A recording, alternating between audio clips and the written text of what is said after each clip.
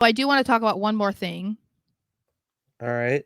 Because I don't know if you guys are followers of his on Twitter. I'm assuming it's a him, just given the context. But if you're interested in stuff that the tomfoolery that is online with some of these questionable wrestling insiders, WrestleVotes.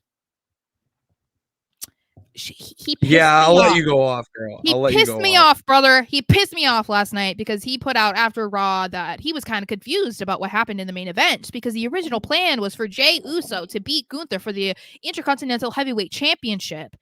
And he's confused because that's what people were told and blah, blah, blah. And I just want to be like, hey, WrestleVotes.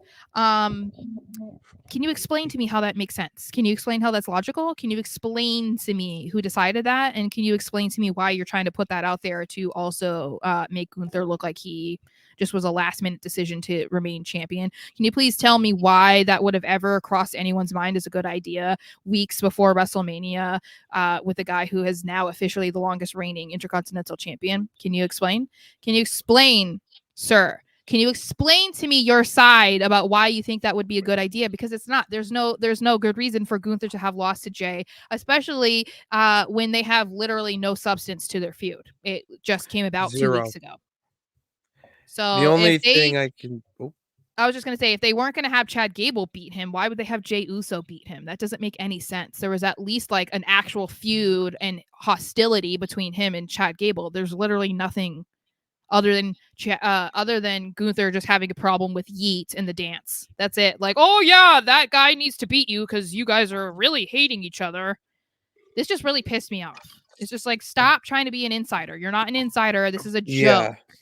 No, it 1000% is. The only thing I can think of why this person would say this is that they believe that Jimmy and Jey needs a feud. Yeah, I mean, and a leaker. WrestleVotes just got exposed. You got exposed, WrestleVotes. That would have been a terrible decision. Exactly, we cannot agree more. And that's the thing. So many people who are huge Jey Uso fans were also like, what the hell? And it's like, yeah. Whoa.